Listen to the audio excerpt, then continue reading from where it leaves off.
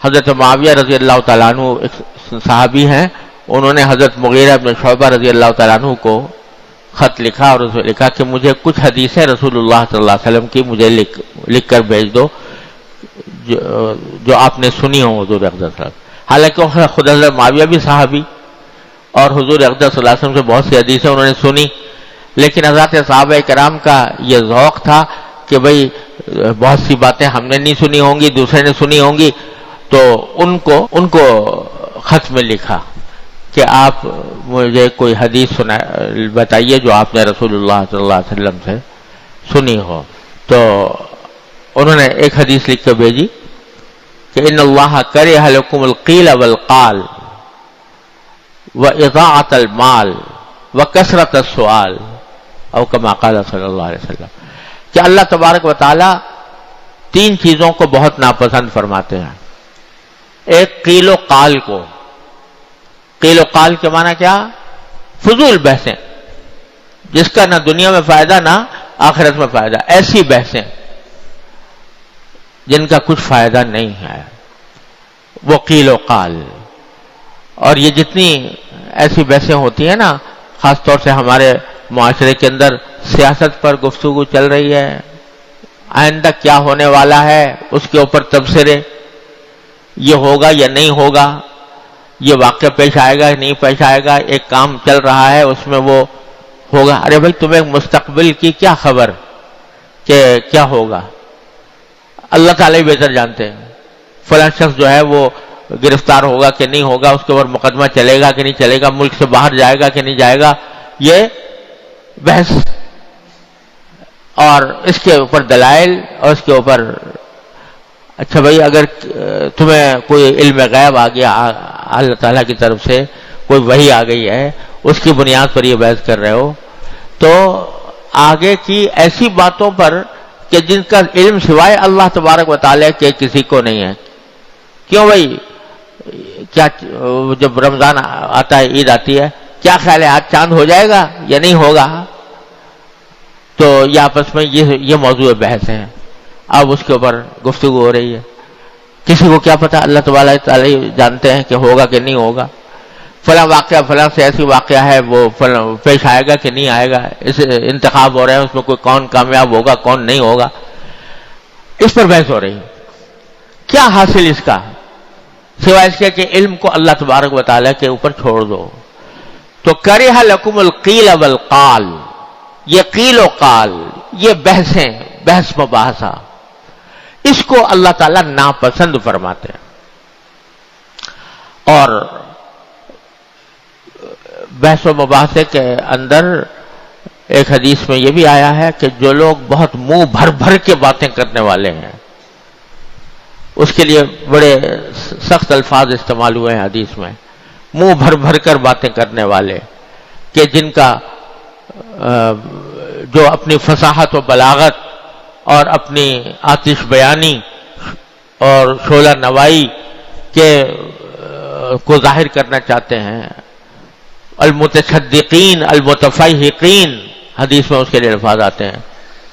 وہ اپنی فصاحت و بلاغت اور اپنے زور کلام کو ثابت کرنے کے لیے بحثیں کرتے رہتے ہیں. تو وہ سب قیل اسی میں داخل. ان اللہ کرہ لکم القیل والقال. تو فضول بحثیں یہ ناپسند ہے اللہ تبارک. ان اللہ کرہ لکم القیل والقال واضاعۃ المال، اور مال کو ضائع کرنا.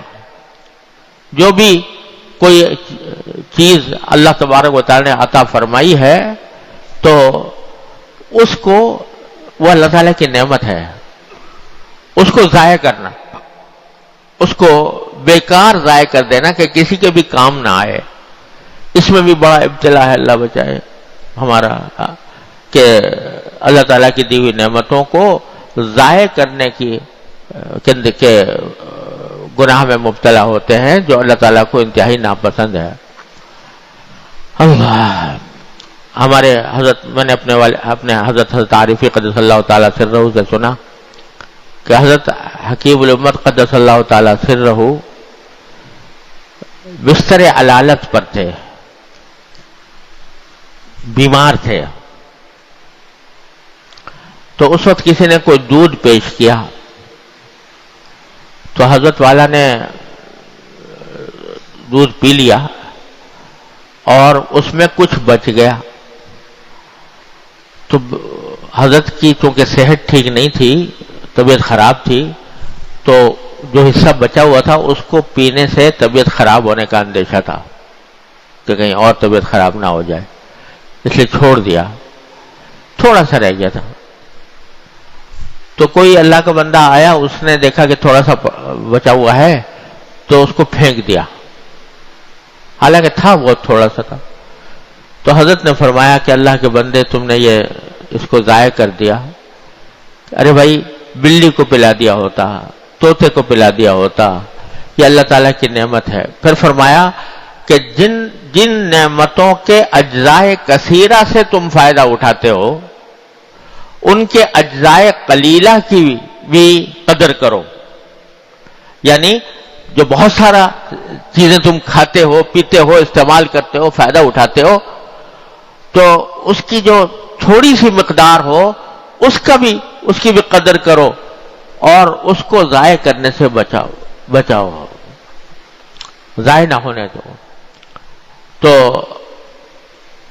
حضرت حکیم الامت قدس اللہ تعالیٰ سے رہو کہ ہاں، تو اس درجہ اس کا اہتمام تھا کہ اس زمانے میں جو خطوط حضرت کے پاس آتے تھے تو اس کے لفافے ہوتے تھے، حالانکہ وہ مستعمل ہوتے تھے، لیکن حضرت اس کو الٹا کر کے اور پھر دوسری مرتبہ بھی استعمال کر لیتے تھے، الٹا کر کے چپکا دیتے، دوبارہ استعمال فرما لیتے.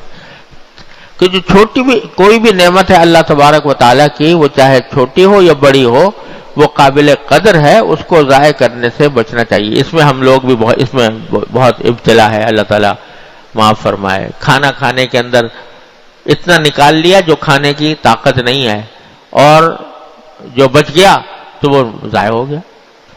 ارے بھائی، اتنا نکالو جتنا کھا سکتے ہو، پھر اور ضرورت پیش آئے تو اور نکال لو، لیکن اکٹھا نکال کر بہت بچا دینا اور اس کو ضائع کر دینا، یہ اللہ تعالیٰ کی نعمت کی ناقدری ہے.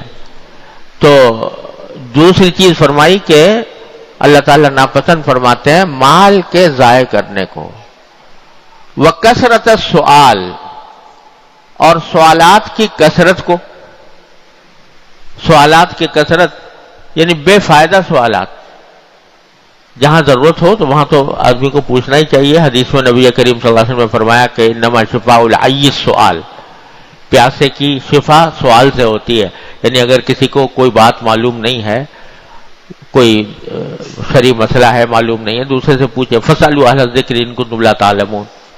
لیکن فضول کے سوالات جن کا کوئی دنیا میں فائدہ نہ آخرت میں فائدہ، یہ کثرت سوال کو بھی اللہ تعالیٰ ناپسند فرماتے ہیں. یہ حدیث لکھ کر بھیجی حضرت مغیرہ بن شعبہ رضی اللہ تعالیٰ نے حضرت معاویہ رضی اللہ تعالیٰ عنہ کو. تو غرض یہ کہ فضول باتیں اور فضول طریقے پر اپنی زبان کو استعمال کرنا، یہ کبھی نہ کبھی انسان کو گرا دیتا ہے، کسی گناہ کے اندر مبتلا کر دیتا ہے. اس واسطے حضرت فرماتے ہیں کہ جو بات بھی کہو تو ذرا سا سوچ لیا کرو کہ یہ بات کہنے کی ہے یا نہیں، اس کا کہنا مناسب ہے کہ نہیں. اس کو اگر مناسب معلوم ہو تو کہو، ورنہ نہیں.